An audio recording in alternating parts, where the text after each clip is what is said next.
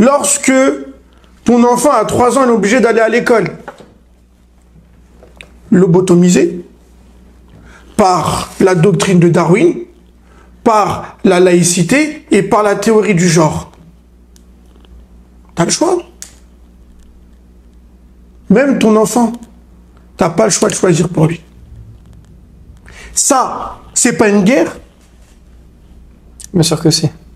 C'est que c'est un projet woke, c'est-à-dire qu'on voit sans arrêt une infiltration des enfants qui reviennent, des enfants de 7 ans, en disant maman, je sais que si je veux changer de sexe, je suis un garçon, si je veux être une fille, je peux. Ou notre corps nous appartient, on est libre de choisir, si on veut devenir une fille ou un garçon, on peut changer. Ou je suis peut-être né dans le mauvais corps, on m'a assigné le mauvais sexe à la naissance. Donc ça, c'est dit à des enfants petits, en primaire, et ça attaque les identifications des enfants à leurs parents. Assalamu alaikum wa rahmatullahi wa barakatuh. Alaykoum salam wa rahmatullahi wa barakatuh. Comment tu vas, Akhil Karim? Très bien, barakallah. Wa fika barakallah. On s'est réunis aujourd'hui pour parler de plusieurs sujets, de plusieurs thèmes. On va commencer, Inch'Allah, directement avec la première étape qui concernera al-insaniya, c'est-à-dire l'humanisme. Est-ce que tu peux nous dire quelle est leur croyance, quelles sont les convictions de cette philosophie, de cette doctrine, Akhil Karim? Alors, il faut savoir, mes chers frères et sœurs, premièrement, que c'est un mouvement intellectuel basé sur El-Aql qui est apparu au XVe siècle. Alors, son credo, son dogme, ses fondements dogmatiques, ça sera de manière très succincte le fait que l'être humain va pouvoir progresser, se moderniser, évoluer, passer des paliers uniquement en mettant la religion de côté. La mettre en second plan, en troisième plan, voire pire. En l'effaçant. Exactement. Et quel est leur slogan? À quelle chose ils appellent? Alors, de manière très générale, il faut savoir que les humanistes sont partout, dans la politique, dans le monde social, dans la vie de tous les jours. Beaucoup ont, d'accord, ce courant et cette croyance au fond de la poitrine. Ils disent de manière très générale que la tolérance, la liberté, le respect, le partage, l'entraide, l'amour pour tous les individus, que tu sois blanc, que tu sois noir, que tu sois riche ou pauvre, que tu sois une femme ou un homme, tu as le droit aux vertus qu'on vient de préciter. Tout le monde est égal. C'est pour cela que la France est appelée chez beaucoup de personnes le pays des droits de l'homme. Non, plus de 40 000 morts à Gaza. Plus de 40 000 morts. 15 non, on arrête avec ça aussi. Parce que, vous avez raison de le dire, parce que les humanitaires qu'on reçoit, de retour de mission à Gaza, nous disent, vous savez, le nombre de morts a été sans doute 2 à 3 fois plus élevé que les chiffres Pourquoi? Parce qu'il y a toutes les morts indirectes, les gens qui ne sont plus soignés, les gens qui vont mourir dans quelques semaines, parce que justement ils ne peuvent pas être pris en charge correctement. Et les chiffres, toujours les chiffres du Hamas, aujourd'hui sont confirmés par l'ONU et même par les États-Unis eux-mêmes. Donc faut qu'on arrête avec ça aussi, parce qu'à chaque fois dire ça, c'est une manière de minimiser la tragédie que vivent les Gazaouis. Imaginons que ce soit pas 40 000, que ce soit 20 000. Et alors, ce serait moins grave? Ça change pas les choses, c'est pas ça le sujet. Absolument rien. On parle de 15 000 enfants. Si c'est pas 15 000, c'est 10 000. 10 000 enfants, même 10 000, même 2 000 enfants. Vous imaginez ce qui se passe là-bas? Des enfants qui sont écrabouillés la nuit pendant qu'ils dorment. Des enfants qui sont amputés à vif, des enfants qui sont privés de famille. Il y a des milliers d'enfants. Des enfants qui vont la même chose. En fauteuil roulant toute leur vie. Ce sont des vies entières brisées, des dizaines de milliers de vies entières brisées. Et on est en train de chipoter sur les chiffres. Et on est en train de chipoter sur le fait de savoir si c'est un génocide. On a le droit de dire le mot génocide. Non, attendez. Non. On vient de voir ce qui était l'humanisme de manière simple et concise. Maintenant, on aimerait savoir, Akhil Karim, est-ce que les savants de Ahlus Sunnati wal Jama'a ont parlé de cette doctrine, ont parlé de cette philosophie ou non? Bien évidemment qu'ils en ont parlé dans de nombreux livres, et ils ont 2 mots pour définir ce courant de pensée philosophique qui est, ou qui sont, madhhabun haddam, c'est-à-dire que c'est un courant de pensée violent et destructeur. Voilà comment nos savants définissent al-insaniya. Pour quelle raison? Premièrement, si on réfléchit, on médite à ce qu'on a dit auparavant, on verra clairement que c'est de la mécréance majeure, du polythéisme majeur. Car ils disent en réalité taswiyatul insani billah fima huwa min khasaisillah, c'est-à-dire le fait de mettre l'être humain au même niveau ou au-dessus d'Allah subhanahu wa ta'ala dans ce qui lui est propre. Si on prend le domaine de la législation, qui doit faire les lois? L'être humain, non pas le divin. Si on prend le monde du social, Allah et sa religion n'ont pas leur place. Car nous, les êtres humains, on est plus à même à savoir ce qui est bon pour nous. Et si on prend le domaine scolaire de l'enseignement, on interdit aux enfants d'apprendre la religion. Pourquoi? Car pour eux, ça vient ralentir, freiner ou même éradiquer le monde scientifique et le monde de l'évolution. Si on leur apprend la religion et la piété, on ne pourra pas être moderne et évoluer. Et également, ici, il y a beaucoup de musulmans qui ont été piégés, qui ont été tentés par ce slogan qui est liberté, égalité, fraternité. Ils ont été séduits parce que, de manière générale et globale, il fait partie aussi de la nature d'aimer ces vertus qui sont la liberté, l'égalité et la fraternité. Sauf que il n'y a rien de cela en réalité, car quand tu es religieux, comme j'ai dit, dans le monde social, tu es restreint. Quand tu es religieux, dans le monde scolaire, tu es restreint. Quand tu es religieux, dans le monde social, tu es restreint, etc. Donc, il y a une liberté, mais une liberté restreinte pour certains et une liberté plus ouverte pour d'autres. Donc, cette nuance d'égalité, elle n'est pas présente. Cette nuance de liberté, toi, tu ne peux pas aller à l'école quand tu es un enfant de 15 ans, 13 ans, 12 ans et dire « Je crois en Allah et c'est lui qui mérite l'adoration ». C'est un mot sur le carnet rouge ou une exclusion, car on est dans un pays laïque qui vient éradiquer en réalité les religions, comme on verra plus en détail après.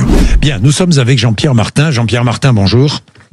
Bonjour, M. Bourdin. Merci d'être avec nous. Vous êtes journaliste, Jean-Pierre Martin, ancien envoyé spécial. Vous avez couvert le Proche-Orient, l'Afrique centrale et co-auteur d'un livre dont on parle beaucoup aux éditions Racine. Allah n'a rien à faire dans ma classe. Allah n'a rien à faire dans ma classe.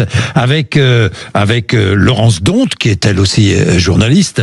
Et donc, je suis désolé de le dire, mais on a le droit d'avoir peur de l'islam, de la religion juive, de la religion catholique. On a le droit de se moquer, de critiquer, de combattre les religions. De combattre les religions. C'est une idée parmi une autre. Et on a le droit d'avoir peur d'une idée ou de combattre une idée. Ou de combattre une idée. On vient de voir avec notre frère Daoud et la vidéo qu'on vient d'écouter, en réalité, la liberté, la fraternité, tout ça, c'est un leurre que la France essaye de nous jeter pour nous cacher les yeux, pour nous mettre un bandeau sur la réalité et sur leurs croyances et leurs convictions qu'ils ont. Alors, il y a également dans l'humanisme quelque chose de très pervers, qui est le fait de dissocier, de distinguer entre la religion et l'humain. Comme si ad-din, la religion de manière générale, n'avait pas pris en compte l'être humain. Alors que la religion d'Allah subhanahu wa ta'ala est l'islam al-azim, avec lequel est venu le prophète Mohammed sallallahu alayhi wa sallam, a repris tous les compartiments de la vie, sans en laisser aucun.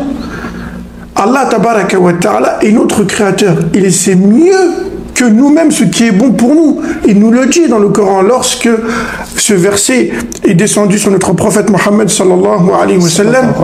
Allah ya'lamu man khalaqa wa huwa al-latiful khabir. Ne sait-il pas ce qu'il a créé? Il est al-latif et il est celui qui est le très informé, subhanahu wa ta'ala. Ça, c'est un premier point. Le second point, Allah tabaraka wa ta'ala nous a parlé de l'être humain dans le Coran et à travers la sunna à de nombreuses reprises. On a même une sourate qui s'appelle Al-Insan. Al-Insan, merci. Donc, essayer de faire croire que la religion, c'est quelque chose qui n'a rien à voir avec l'homme. Non, la religion, ça vient parfaire ton lien avec tes parents. La religion, ça vient parfaire ton lien avec ton voisin, et etc. Donc on voit bien que l'humain est une partie intégrante, fait partie intégralement de l'islam. Également, Allah tabaraka wa ta'ala, lorsqu'il nous dit « Innal insana lafi khusr ». Certes, l'être humain entier est dans une perdition. Sauf « Illa alladhina amanu wa amilu salihat wa tawasaw bil haqq wa tawasaw bis sabr ». Sauf ceux qui ont cru, accompli de bonnes actions et qui se sont enjoints mutuellement le bien et la patience. Donc, on voit bien que Allah tabaraka wa ta'ala nous le dit à de nombreuses reprises, mais des fois on ne veut pas entendre. C'est le fait que le réel être humain, c'est le religieux. Celui qui a réellement des valeurs et qui reste fixe sur celles-ci, c'est celui qui craint Allah subhanahu wa ta'ala plus que tout et qui l'aime plus que tout. C'est celui-ci qui ne vacille pas. Par contre, les autres, pour le pouvoir, pour l'argent, ils sont prêts à faire tout et n'importe quoi, comme on peut le voir à notre époque. Wallahu al-musta'an wa alayhi tukli. Il faut que ça arrête, quoi. Les innocents, c'est plus possible. Et on va me dire, ouais, mais il y a de la guerre partout. Oh, mais là, c'est pas une guerre. Là, c'est un génocide. Et puis, ces gens-là, ils sont apatrides et on les enferme dans un carré. C'est une prison à ciel ouvert. Et on fait des expériences, en fait, comme sur des rats. Sauf que c'est des humains. Et donc, moi, je ferai pas partie de ceux qui sont restés silencieux sur cette histoire. Normalement, c'est pas mon taf d'aller tweeter Macron, le président Macron, sur Twitter et de me retrouver dans des sauces et que l'Elysée, ils appellent mon management en disant ouais, est-ce qu'il peut supprimer le tweet, est-ce qu'on peut se rencontrer, et que l'Elysée, ils appellent mon management en disant ouais, est-ce qu'il peut supprimer le tweet, est-ce qu'on peut se rencontrer. Mais moi, j'ai envie de rencontrer personne. Juste mettez fin. Et comme on peut le voir tous les jours, l'humanisme et les États qui prônent cette doctrine et cette philosophie attaquent tous les jours l'islam, sont là pour les combattre. Et oui, parce qu'en réalité, il faut bien comprendre que le courant comme l'humanisme, comme le libéralisme, comme la mondialisation, sont en réalité des outils pour combattre l'islam, que ça soit de manière directe ou indirecte. Mais Allah subhanahu wa ta'ala, il a dit « Wallahu mutimmu nurihi walau kariha al-kafirun » Et Allah azza wa jal a décidé de parachever sa lumière, même si cela déplaît aux mécréants. أقول لك إن دعوة الحق مهما حوربت فهي منصورة أبشر والله لو كانت من وراء جدار بل كانت في صخرة صماء لا ترى سماء ولا ماء ولا يدخلها هواء لأنفذها الله رب العالمين بعز عزيز وذل دليل حتى تبلغ ما أراد الله لها أن تبلغ والله هو المبلغ عن أهل السنة أفيحارب الحق بالباطل أيضيق على أهل الحق في حقهم حتى لا ينطقوا به أو حتى يعزلوا عن الناس من العوام. Également, si on ne veut pas cracher dans la soupe, si on veut dire la vérité, être juste, c'est qu'en France, on a une certaine liberté. La liberté de pouvoir boxer, la liberté de pouvoir devenir footballeur, la liberté de pouvoir chanter, la liberté d'être dans le premier maillon des manutentionnaires et des ouvriers. De quelle liberté réellement on parle? Lorsque la France, si on réfléchit bien, si on médite bien et qu'on regarde bien le système, quelle liberté il nous donne? Je te donne par exemple Kanté, le footballeur. Il est capable de faire entre 20 et 30 km par match. On l'appelle le monsieur à 3 poumons. Lorsqu'il est capitaine de l'équipe de France et qu'on lui demande de prendre position par rapport à ce qui se passe au Proche-Orient, il a plus de souffle. Après, on a tous des avis personnels qu'on souhaite partager ou pas. Moi, personnellement, ça fait un peu de peine et un peu attristé de voir ce qui se passe. On espère que ça s'arrange. Moi, personnellement, ça fait un peu de peine et un peu attristé de voir ce qui se passe. On espère que ça s'arrange. Mais au-delà de ça, c'est vrai que quand on vient en équipe de France, on représente le foot français et ce qu'on doit faire, c'est gagner, se qualifier et écrire des belles pages de foot. Ouais. Je te donne un autre exemple. Lorsque on regarde Cédric Doumbé, une masse de 90 kg de muscle, il bat son adversaire en 9 secondes. Dès lors qu'il se retrouve devant les médias, il peut plus parler, c'est bouche cousue, c'est mort subite. Il se mange un chaos. Il peut pas revendiquer sa religion. Il peut pas revendiquer ses positions. Donc, libre de faire du MMA, libre de taper dans un ballon, libre de chanter et de danser, mais pas libre de s'exprimer. C'est ça la liberté. Faut pas être trompé. Pas être leurré. Pas du tout. Ouais, bah qui passe, on revient à ce que tu disais en disant frères musulmans. En ce moment, il se passe des choses très graves. Bien sûr. Et je voulais que tu en parles, en tout cas sur cette dernière question. Peut-être pas que tu donnes un avis, mais au moins voilà, qu'on pense à nos frères palestiniens qui souffrent actuellement dans des combats là où on a beaucoup de monde. On a une pensée pour eux, Baki. Merci beaucoup pour ta question, mon frère. C'est exactement ce que je voulais dire à la fin du combat. Malheureusement, ils m'ont pris le micro au dernier moment, alors que j'étais censé avoir le dernier mot en tant que gagnant. C'est exactement ce que je voulais dire à la fin du combat. Malheureusement, ils m'ont pris le micro au dernier moment. Alors que j'étais censé avoir le dernier mot en tant que gagnant. Les frères, aujourd'hui, ce combat, c'est pas la chose importante. Et un peuple se fait malheureusement exterminer. Faut en parler, faut pas laisser les choses redescendre. Faut pas faire ça comme si c'était une hype. On en parle plus.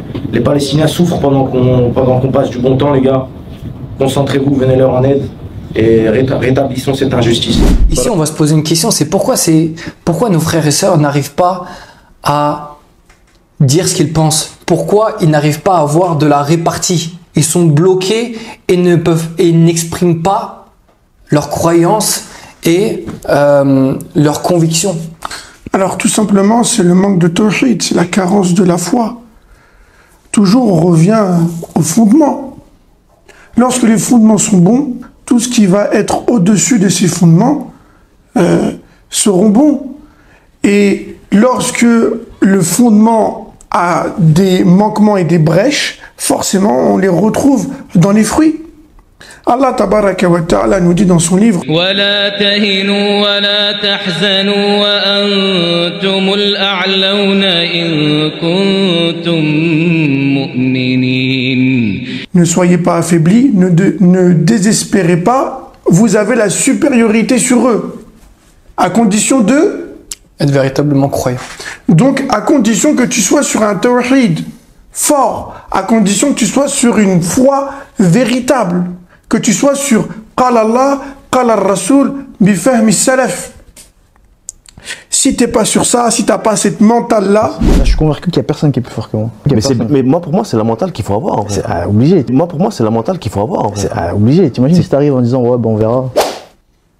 Tu ne pourras pas passer ce cap et pouvoir sortir de ce piège et de ces deux mondes. Je suis vraiment convaincu que je suis invincible. Mais vraiment convaincu. Mais t'as raison, je pense que c'est ça qui fait ta différence. Je suis convaincu que je suis invincible, mais je sais que je peux perdre. Ouais, c'est différent. C'est pas pareil. Tu vois, c'est pas pareil.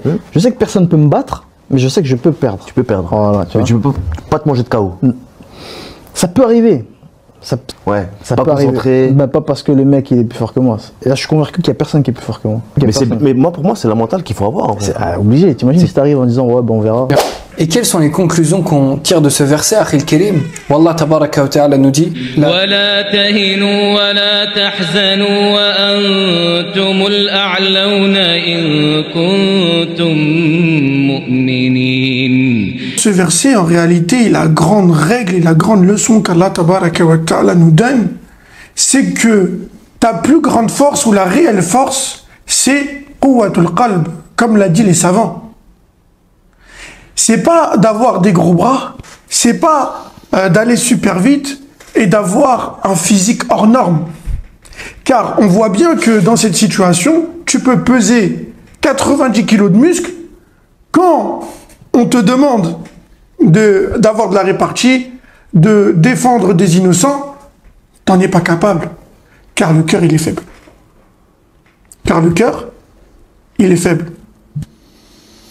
Et est-ce que également on a d'autres causes qui poussent à cela? Oui, bien évidemment, on a le suivi des passions. Allah tabaraka wa ta'ala nous dit wa amma man khafa maqama rabbih wa naha an-nafsa 'anil hawa fa innal jannata hiya al-ma'wa. Celui qui craint d'être debout devant son Seigneur le jour de la résurrection et qui s'interdit les passions, on fera en sorte que le paradis soit son refuge. Et Allah tabaraka wa ta'ala dans le Coran, il a cité El Hawa une 30aine de fois. Et à chaque fois, ça a été pour le blâmer. Et le prophète sallallahu alayhi wa sallam, dans un hadith rapporté par At-Tabarani, Wal-Bazzar, wa Hassan al-Albani, qu'est-ce qu'il nous dit? Thalathu muhlikat. Il nous dit il y a 3 choses destructrices dans la vie. La première, shuhun muta', c'est-à-dire le fait d'être avare. Et ensuite, il nous dit hawan muttaba' wa i'jabul mar'i bi nafsi, le fait de suivre ses passions et d'être épaté de sa personne. Je suis vraiment convaincu que je suis invincible. Mais vraiment convaincu. Mais t'as raison, je pense que c'est ça qui fait ta différence. Je suis convaincu que je suis invincible, mais je sais que je peux perdre. Ouais. C'est différent. C'est pas pareil. Tu vois, c'est pas pareil. Je sais que personne ne peut me battre, mais je sais que je peux perdre. Tu peux perdre. Voilà, mais tu peux pas te manger de KO. Ça peut arriver. Ça peut arriver par inadvertance. Ouais. Ça pas peut concentré. arriver. Bah, pas parce que le mec il est plus fort que moi. Et là, je suis convaincu qu'il y a personne qui est plus fort que moi. Le fait de suivre ses passions, lorsque tu vas me dire oui, mais on a droit quand même de s'amuser, on a droit quand même d'avoir un loisir en islam. Je te dis pas le contraire. Mais quand ce loisir, quand ce métier, quand cette passion entre guillemets t'entraîne dans les péchés, dans la désobéissance, tu l'aimes tellement que tu enfreins les règles d'Allah subhanahu wa ta'ala, ça devient passionnel et blâmable. Et pour finir, Cédric Doumbé, et on n'a rien contre ce frère, on espère pour lui le bien ici-bas et dans l'au-delà. Mais c'est juste pour avoir la leçon, et pour que aussi les petits frères ne tombent pas dans le même piège. Et ces paroles-là qu'on est en train d'exprimer au jour d'aujourd'hui, c'est pour que ça change. Bien évidemment qu'ils ont peur du coup de fouet démocratique, Abderrahman. C'est quoi le coup de fouet démocratique et humaniste qu'ils risquent? C'est la punition financière. C'est le fait d'être rétrogradé dans sa hiérarchie sportive. 10 millions, stop. Ouais, 10 millions, j'arrête. Ça veut pas dire avec 10 millions, tu vis tranquille, hein. Ouais. Mais tu peux investir. Donc 10 millions, j'arrête. Ouais, 10 millions, t'investis bien quand même. Ouais. C'est ça qui est en jeu. Et c'est ça sa passion.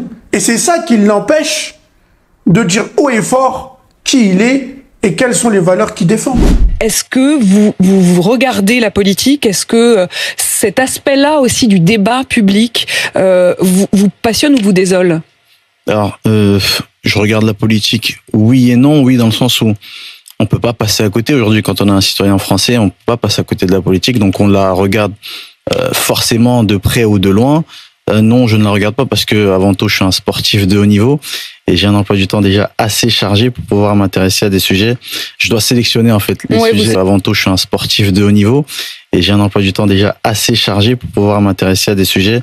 Je dois sélectionner en fait les sujets. Vous sélectionnez, mais enfin, vous n'allez pas me la faire, à moins que vous. Non, j'ai pas le temps, je regarde pas. Non, on le voit bien, on le voit bien. Également, on voit la contrebalance dans la vie du prophète sallallahu alayhi wa sallam. Quand on regarde dans la sira, quand on regarde dans ce qu'il a vécu sallallahu alayhi wa sallam, il a été éprouvé. Il ne s'est jamais tué sallallahu alayhi wa sallam. Alors, tu vois, avant l'hégire, c'est-à-dire avant qu'il ait fait el-hijra, l'émigration vers Médine, on a tenté de l'assassiner.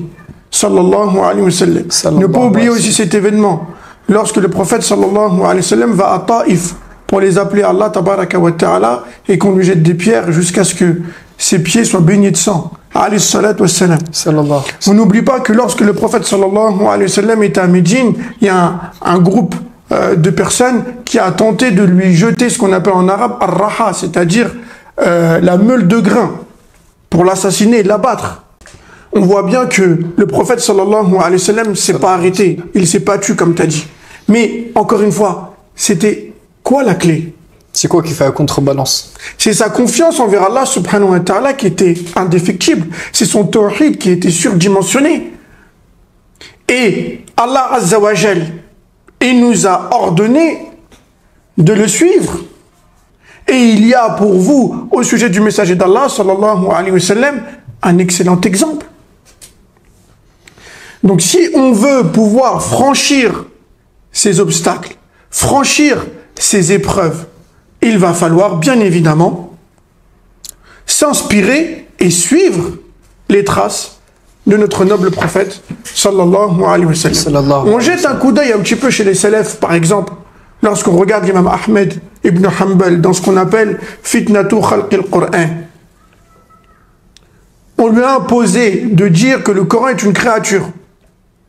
Il avait une raison valable en termes de religion. S'il l'avait dit, aucun péché il avait. D'accord? Le prophète sallallahu alayhi wa sallam, il dit dans le hadith authentique, Ufiya an ummati an thalath. Et parmi ces trois choses, il dit le prophète sallallahu alayhi wa sallam, Allah a pardonné à cette communauté, à ma communauté, trois choses. Il dit, wa mastukrihu alay. Lorsqu'ils sont, comme on dit ça en français, excuse-moi, contraints, ils ont la permission de faire des actes de mécréance ou des paroles, prononcer des paroles de mécréance, tant qu'ils sont habités par la foi. Ils l'amènent au kariha wa qalbuhu mutma'innun bil iman. Malgré ça, l'imam Ahmed, il n'a pas flanché, il ne l'a pas dit. Parce qu'il avait peur pour ceux qui vont entendre cette parole. L'imam Ahmed a dit que le Coran était une créature. Donc, sa nasiha, sa bienveillance pour la communauté l'a empêché de dire cette parole. Et pourquoi il avait cette permission de dire cette phrase-là? Parce que, comme je l'ai dit il y a quelques instants, il est contraint. C'est-à-dire que s'il risque la mort s'il ne dit pas cette parole de mécréance. Allah Azza wa Jal, par sa miséricorde, sa bonté, il donne la permission aux musulmans à ce moment-là de faire ce qu'on appelle at-taqiyya. Ici, certaines personnes vont nous dire, mais pourquoi vous avez cité ces exemples? Pourquoi vous avez cité Baki? Pourquoi vous avez cité Dombé? Pourquoi vous avez cité Kanté? Est-ce qu'il y a un message derrière cela? Est-ce que vous voulez citer ces personnes-là de manière précise ou c'est pour donner un exemple et une leçon générale? Bien évidemment, c'est pour donner une leçon générale. Bien évidemment qu'on n'a rien contre Kanté, Baki ou Cédric Dombé. Bien au contraire, on leur souhaite que du bien ici-bas et plus encore dans l'au-delà. Mais c'est pour les petits frères, c'est également pour qu'on puisse changer, c'est pour aller de l'avant. Et surtout, c'est pour que la masse des musulmans arrête de tomber dans une erreur récurrente. Laquelle? C'est que ils veulent que ce genre de personnages, des chanteurs, des danseurs, des sportifs de MMA, des boxeurs, des samakés, etc., prennent position pendant ces fitaines, ces épreuves qui sont lourdes, alors qu'ils n'ont pas la formation adéquate. Alors qu'eux-mêmes, déjà, ils ont du mal pour leur propre religion. Déjà qu'eux, ils ne sont pas sur un tawhid ferme, qu'ils n'ont pas assez lu, qu'ils n'ont pas côtoyé les savants. Ils n'ont pas, d'accord, la sagesse, la spiritualité suffisante, malheureusement, pour prendre le bon chemin. Lorsque ils sont confrontés à ce genre de dilemme, parce que c'est des dilemmes. C'est soit je suis rétrogradé, soit je suis puni par la démocratie, la République française, par un coup de fouet financier, ou soit je reste fidèle à ma religion. Ici, il faut se tourner vers les hommes de vertu. Si tu veux que la communauté soit représentée pendant ces épreuves. Mais nous, malheureusement, on fait tout le temps cette erreur, c'est de s'en remettre à des gens, s'en remettre, c'est pas le bon terme, de toujours se diriger vers des personnes qui ne sont pas aptes et qui ne sont pas des exemples.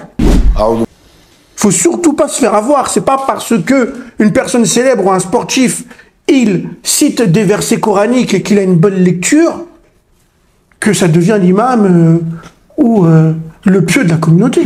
Faut pas tout mélanger. Et on le voit au jour d'aujourd'hui. Ça nous tombe en plein dans la figure. Car il faut aller les chercher, hein. Les célébrités et les personnages qui prennent position. Allah al-musta'an wa alayhi tuklan. Dans le rap, tu peux dire ouais, je l'ai chlassé, j'ai fait ci, j'ai vendu de la drogue, serial killer et tutti quanti. Par contre, dire que t'es contre qu'on enseigne la sexualité à des enfants entre 3 et 5 ans, ça non, tu peux pas, parce que tu sais que ton maître, t'as vu le patron de ta maison de disques qui va t'appeler, il va te dire allô. Entre 3 et 5 ans, ça non, tu peux pas, parce que tu sais que ton maître, t'as vu le patron de ta maison de disques qui va t'appeler, il va te dire allô. Pas trop cool la position là. Tu sais très bien que nous on n'est pas de la politique. Hein. Par contre, génial le morceau où tu parles de Frozen. Rahman, je vais donner un exemple qui va peut-être heurter certaines personnes, mais pour moi qui est une vérité absolue. Une femme voilée en France, elle est 1000 fois plus forte qu'un Cédric Doumbé.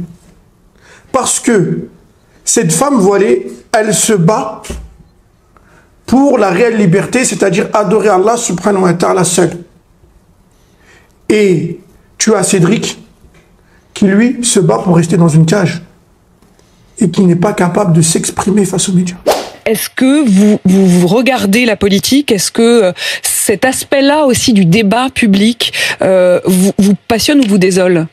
Alors, je regarde la politique, oui et non. Oui, dans le sens où on peut pas passer à côté. Aujourd'hui, quand on est un citoyen français, on peut pas passer à côté de la politique. Donc, on la regarde forcément de près ou de loin. Non, je ne la regarde pas parce que avant tout, je suis un sportif de haut niveau. Et j'ai un emploi du temps déjà assez chargé pour pouvoir m'intéresser à des sujets. Je dois sélectionner en fait les sujets. Oui, vous sélectionnez, mais enfin, vous n'allez pas me la faire, à moins que vous. Non, j'ai pas le temps, je regarde pas. Non, on le voit bien, on le voit bien. Et il y a une leçon de vie qui est super importante. Moi, je l'ai entendu de la part de Cheikh Raslan, hafizahullah ta'ala, hifzan jamila, lorsqu'il dit imma takunu da'iyan wa imma takunu mad'uwa. Dans la vie, il n'y a pas 36 000 solutions. Soit tu appelles les gens à la vérité et au bien, ou soit eux, ils t'appellent au mal et au faux. C'est quelque chose de très important. Soit tu dis arrêtez,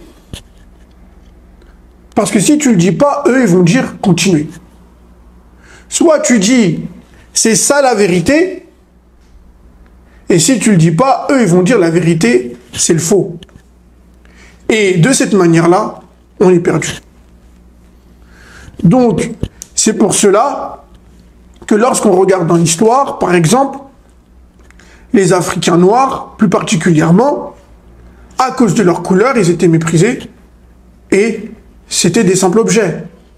Mais lorsque ils ont dit non, avec le temps, le racisme est devenu un délit. Lorsqu'on regarde du côté de l'Europe, l'Église catholique, qu'est-ce qu'elle faisait? Elle tyrannisait le peuple, notamment les Français, pendant longtemps. Martin Luther, ils ont dit non, et ils se sont détachés des chaînes de l'Église. Pourquoi je vous dis tout ça? Pas pour qu'on fasse des manifestations à tout va. Non. Pour nous faire comprendre que lutter est une chose très importante.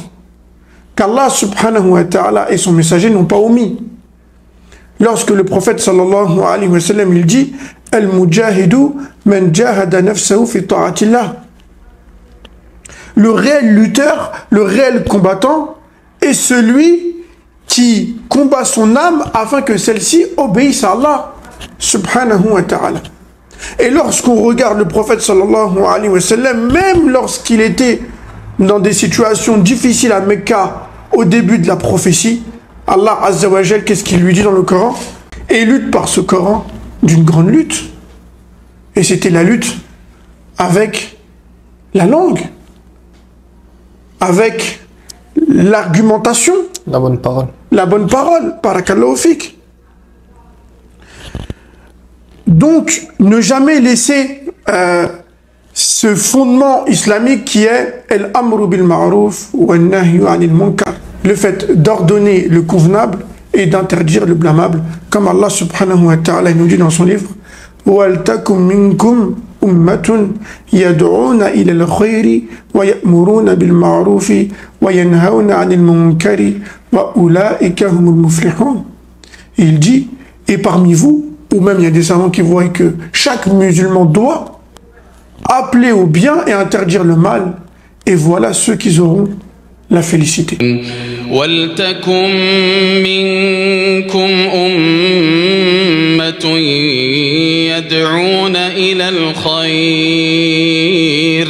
يدعون إلى الخير ويأمرون بالمعروف وينهون عن المنكر وأولئك هم المفلحون. On va parler d'une autre chose qui est hyper importante à comprendre dans le contexte dans lequel on vit au jour d'aujourd'hui, qui est, et c'est pas moi qui l'invente, c'est les savants qui ont parlé de cela dans de nombreux livres, lorsqu'ils disent El Razou al-Fikri ou El Razou al-Thaqafi ou encore El Istirmar al-Fikri. C'est quoi la traduction? La guerre des idées, la guerre culturelle, la colonisation des dogmes et des croyances. Je ne sais pas si vous vous rendez compte. Rien qu'avec la sémantique, on voit déjà, il y a un combat. Une guerre. Une guerre qui n'est pas avec les armes et les épées, mais qui est avec les idées, les arguments et les influences.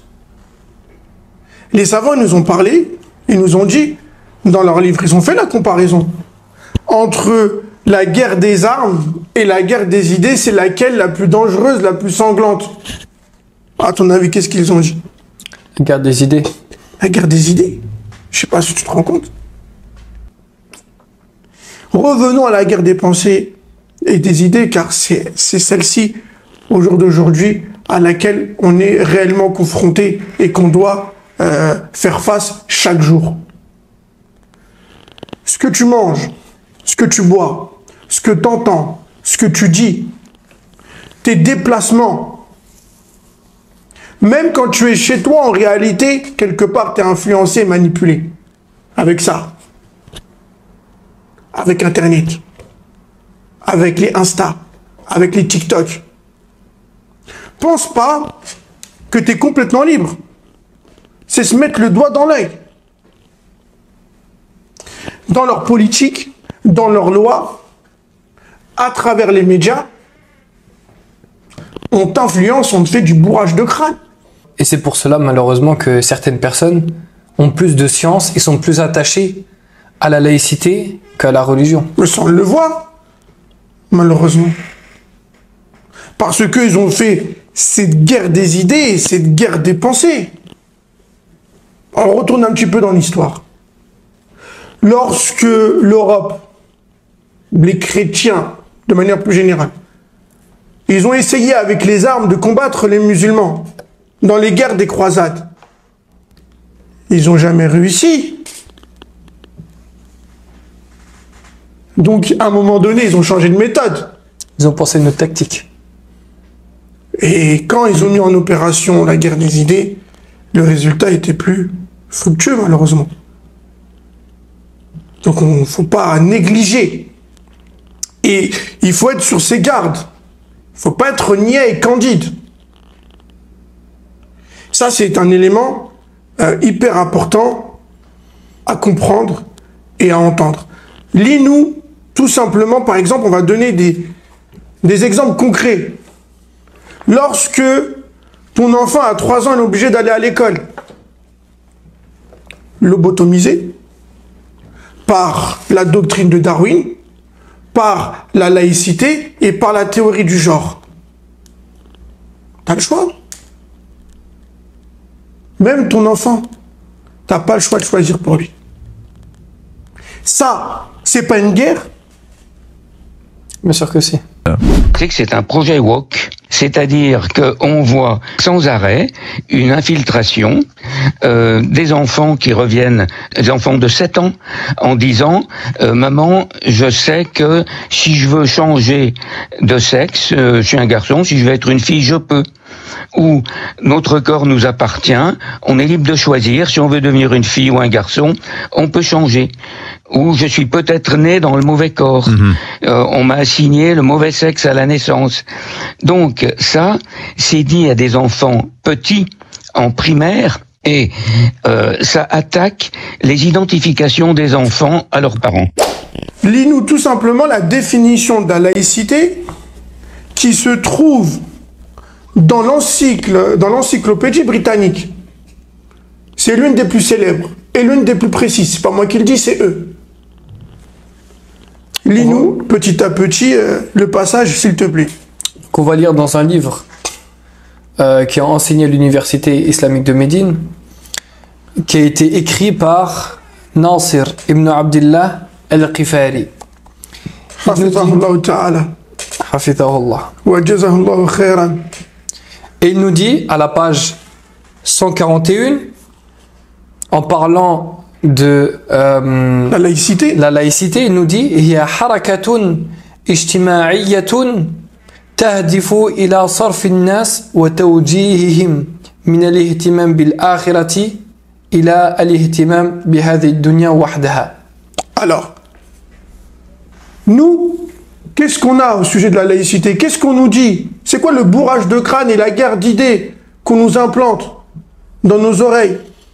C'est que la laïcité, c'est tout simplement séparer la religion de la politique. Fasluddin an siyasa. Rien de vraiment très méchant. Déjà, c'est pas bon et c'est méchant. Mais c'est pire encore. C'est bien plus grave.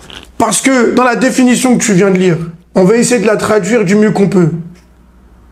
C'est un courant de pensée, une méthodologie, une croyance qui a pour but, qui vise à détourner l'être humain de tout ce qui concerne la spiritualité et l'au-delà pour qu'il se concentre uniquement sur cette dunya, sur ce bas monde, sur le matériel. C'est pour cela qu'au jour d'aujourd'hui, quand tu regardes les jeunes, la seule chose qu'ils veulent, c'est de faire de l'argent. Je vise même plus que le milliard. Ok, comme ça on s'y approche le plus. On les aura peut-être pas, mais on s'y approche. Tu penses qu'il est libre de penser autrement? Il n'est pas libre parce que le capitalisme a décidé autrement. C'est qui tient le capitalisme? C'est toi, c'est moi? C'est nous dans les cités? Et dans les ghettos? Non. C'est les aristocrates tout en haut.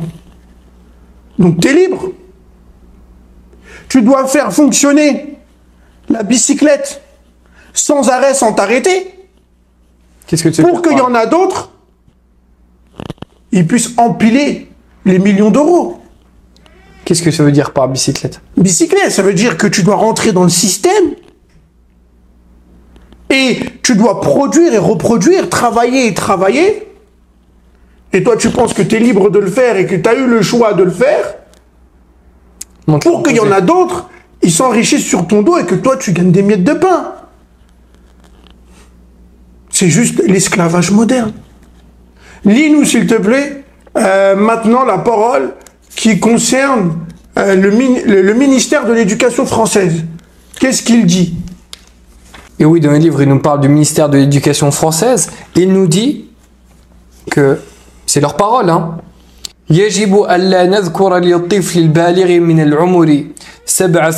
Stop, excuse-moi, qu'on puisse traduire. Alors, ils disent, le ministère de l'Éducation française, qu'il est obligatoire que l'enfant de 7 ans, l'enfant de 7 ans, continue. يجب ألا نذكر للطفل البالغ من العمر 7 سنوات شيئا عن الله. Que l'enfant de 7 ans, on ne doit rien lui dire au sujet d'Allah. ليشعر هذا الطفل من تلقاء نفسه على امتداد الساعات الست التي يتلقاها يوميا أن الله غير موجود أصلا. L'enfant de 7 ans, je ne sais pas si vous vous rendez compte, mais c'est des coups de poignard dans le cœur lorsque tu lis ces phrases et que tu te dis que tu as été mené en bateau pendant tant d'années. Alhamdulillah, on sait maintenant. On essaie de réveiller les gens. ils disent qu'il ne faut pas mentionner Allah aux enfants de 7 ans. Rien. Pourquoi? Pour qu'il puisse ressentir cet enfant lorsqu'il est à l'école pendant ces 6 heures d'études, qu'on n'a pas besoin de lui et qu'on peut s'en passer et qu'on est très bien sans lui. Voilà. Et après, tu te demandes pourquoi les parents, ils sont désemparés et pourquoi la plupart, ou beaucoup, excusez-moi, de Français n'arrivent pas à prier. Oui, on a nos parts d'erreur. Oui, on est responsable. Mais derrière, il y a une guerre des idées qu'il faut combattre. Wallahu a'lam. Des élèves qui prient dans le corridor, des enseignants qui permettent cette pratique en classe durant les heures de cours. Le quotidien La Presse a révélé que des comportements en contravention avec la loi sur la laïcité de l'État se seraient produits à l'école Saint-Maxime à Laval. Ils sont complètement intolérables et inacceptables. Une plainte formulée par un ancien membre du personnel au ministère de l'Éducation fait état d'élèves qui refusent de se plier au cursus scolaire. Et pour finir, Ariel Kerim, quels sont les moyens, les méthodes qu'utilisent les Français, les Européens, les Occidentaux pour mener à bien leur but, leur finalité et nous laisser tout le temps dans cette insouciance dans laquelle on est? Alors, parmi leurs plus grands outils, il y a la danse et la musique. Je vais parler de ça parce que moi, en tant qu'Africain noir capverdien, j'ai observé quelque chose qui me fait mal. C'est plus particulièrement, nous les Africains noirs, on a cette sensibilité vis-à-vis de la musique et la danse. Et ça, personne ne peut le démentir. Mais est-ce qu'il y a un moment donné, on s'est posé, on s'est assis et on s'est demandé pourquoi? Est-ce que c'est tout simplement génétique? En réalité, tout cela a des causes à effet. Où je veux en venir? C'est que faut pas oublier que les Noirs africains, ils ont été colonisés et ils étaient des esclaves pendant des siècles. Et que nos ancêtres, pour patienter, pour avoir la force sous les coups de fouet et sous les travaux forcés menés par les colons et les Européens, ils devaient chanter. C'était un petit peu le médicament pour trouver la force. Est-ce que c'est pas ça qu'on a hérité? Est-ce qu'en réalité, quand Gims, Dadju, Que Black, Nazo, je t'en passe, des vertes et des pas mûres, quand ils te disent, oui, moi, mon père, c'était un musicien, donc moi aussi, ensuite, j'ai été pris par la musique, c'est tout simplement, en réalité, le résultat du commerce triangulaire fait par Darwin et Christophe Colomb et toute la compagnie. Parce qu'on vous dit que c'était des navigateurs dans la mer, mais c'était des pirates. Moi, je suis capverdien, encore une fois. T'es déraciné, bien évidemment, quand t'arrives en France. C'est fait exprès, on en a parlé. Mais quand tu reviens à l'histoire du Cap-Vert, par exemple, t'as un militaire français, il s'appelle Jacques Cassard. Qu'est-ce qu'il fait? Il vient à Santiago, qui était la capitale du Cap-Vert, qui vandalise la terre verdoyante qu'il y avait. Il a été dit que tellement qu'il a pris des biens, qu'il a dû laisser sur la plage l'équivalent d'1 million de francs. Donc combien il a pris? Seul Dieu sait.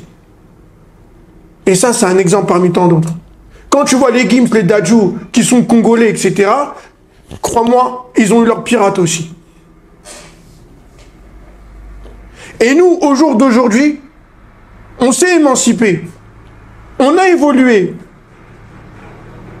Mais en réagissant de cette manière, à gesticuler de droite à gauche et à chanter, on a l'impression que on est des esclaves, mais sans chaîne. Et qu'on reste toujours bon à faire la même chose.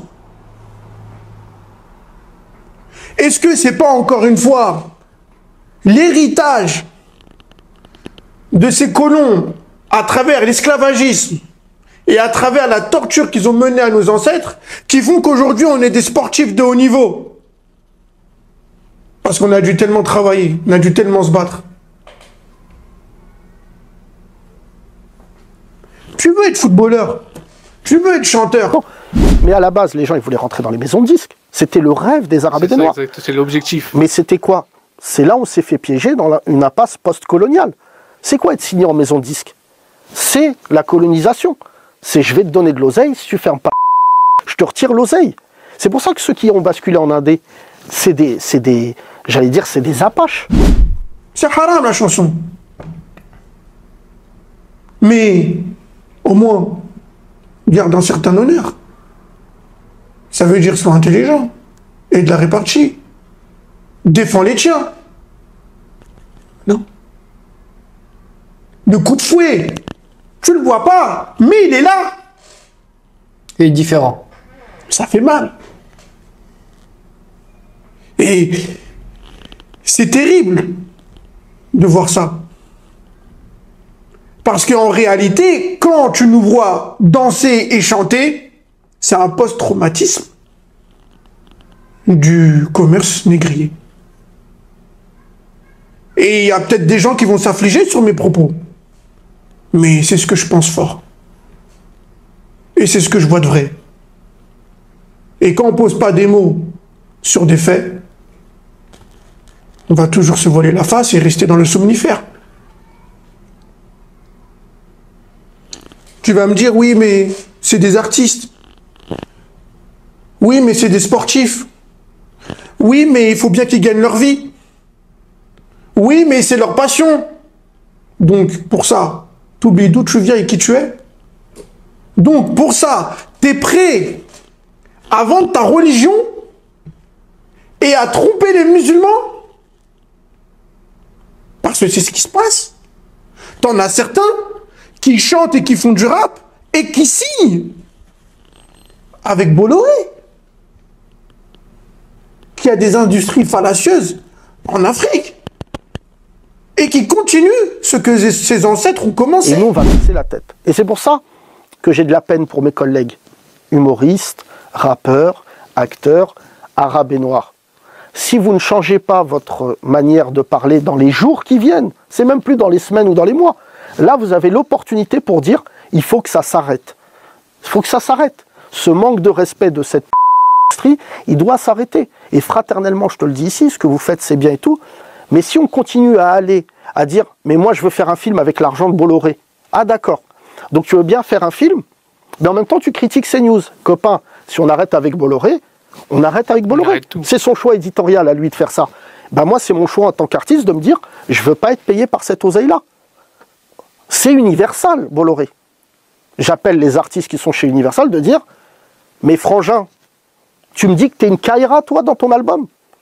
Tu me dis que t'es une Kaira, alors que le mec qui te paye, il a humilié ta famille en France avec CNews et au bled avec les industries Bolloré, qui ont maltraité ton Zinkou sur un port qui a attrapé un cancer parce qu'il a travaillé sans sécurité sociale.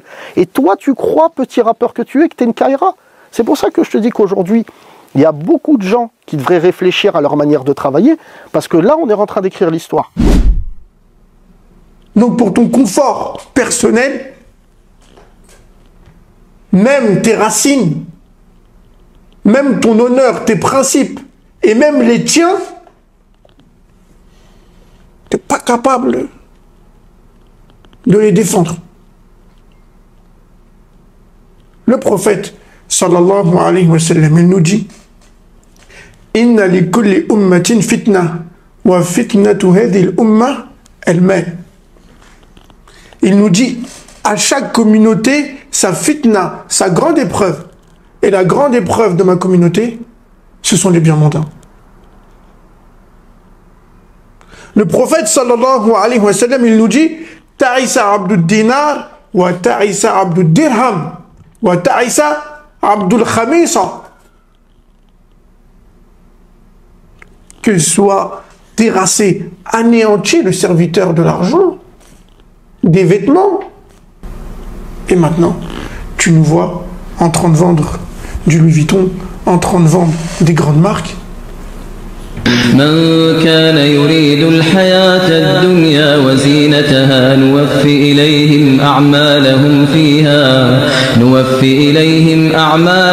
فيها وهم فيها لا يبخسون أولئك الذين ليس لهم في الآخرة إلا النار.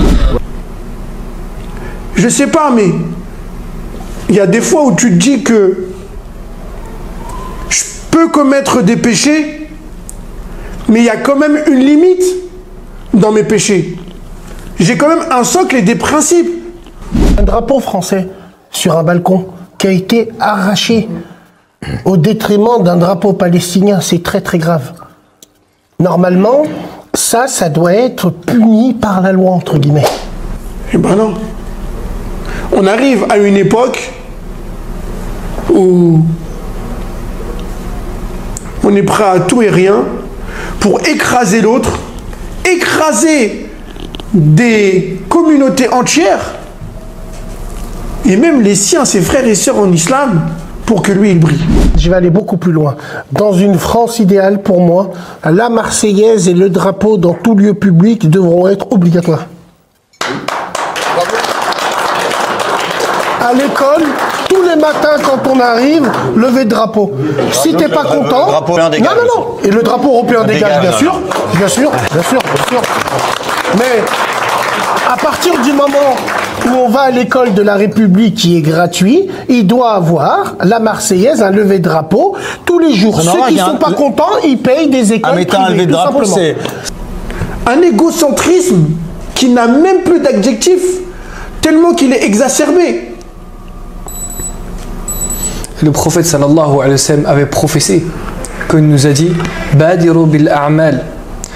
بادروا بالأعمال فتنا كقطع الليل المظلم يصبح الرجل مؤمنا ويمسي كافرا يبيع دينه بعرض من الدنيا. Hadith magnifique qui est dans son contexte. Et il y a également, comme je le disais, oui mais on n'a pas le choix. Oui mais il faut bien gagner sa vie. Ils mettent en œuvre une règle. Alors que c'est ceux qui tuent nos frères et sœurs qui l'ont mis en application cette règle. La fin justifie les moyens, ça ne fait pas partie de l'islam. C'est pas parce que tu es pauvre qu'il t'est permis de voler. C'est pas parce que tu n'arrives pas à avoir d'enfants que tu peux kidnapper. C'est pas parce que tu veux la notoriété qu'il t'est permis de vendre ta religiosité pour un vil prix. Wallah al-musta'an wa alayhi tuklan. On demande à Allah subhanahu wa ta'ala de nous pardonner, de nous guider vers la vérité. Wa an yusliha ahwalana ajma'in. Wa salli wa sallim ala nabiyyika Muhammad wa ala alihi wa sahbihi wa sallam. واعتصموا بحبل الله جميعا ولا تفرقوا